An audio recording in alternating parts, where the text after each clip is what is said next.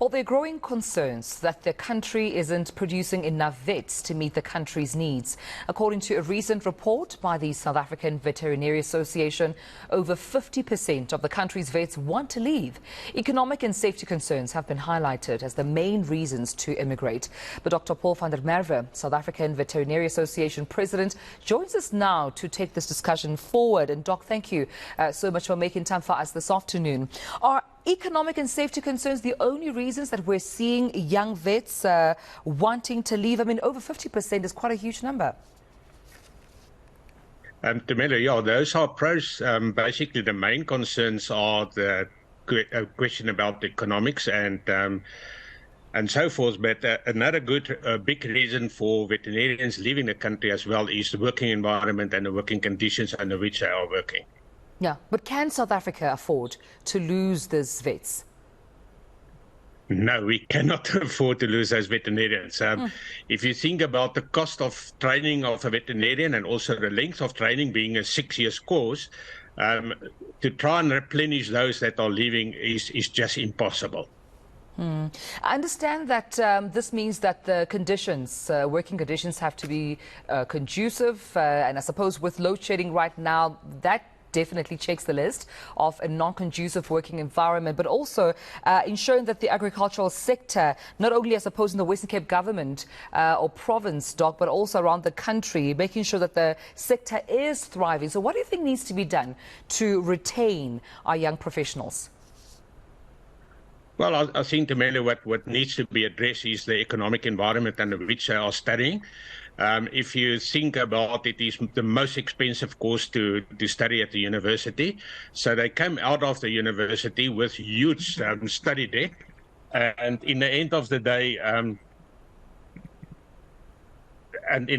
my apologies for that. And in the end of the day, they got huge study debt, and with the salaries that are not really in line with what it should be, they are really struggling to just service the debt of those studies. And speaking of those studies, Doc, I want to touch on, the production of vets in the country. Are we meeting international standards? I think we are far behind international standards in terms of the amount of veterinarians that are needed in South Africa. But I don't think it is only the production of veterinarians, how many finish their studies in a year. But I think very important is how many emigrate in a year as well.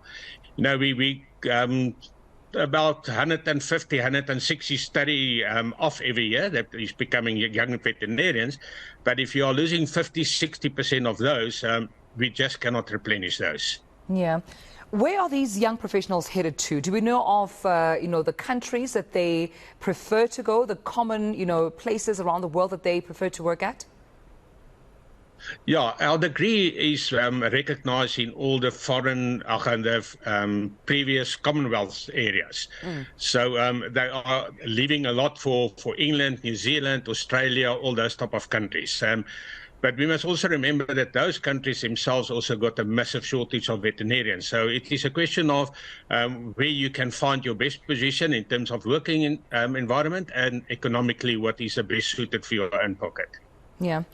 Before I let you go then, Doc, let's talk about the support that's needed in industry, not only to retain, these young professionals, but also to ensure that, like I mentioned before, that the working environment and the industry continues to thrive. What do you think are some of the support systems that are needed to support veterinarians and, I suppose, the vet industry? Well, if you look at the risk or the factors that are leading to immigration, basically economic is one of the main drivers. So in terms of economics, we would like to urge industry to get on board and try and sponsor veterinarians to study veterinary services in South Africa. On that one side, and then on the other side, in terms of job security, to assist to see that the veterinarians are looked well after in terms of remuneration. All right, we'll leave it there. I appreciate you speaking to us and adding your voice to this matter. Dr. Paul Van Der Merwe, President of the South African Veterinary Association, thank you so much for your time.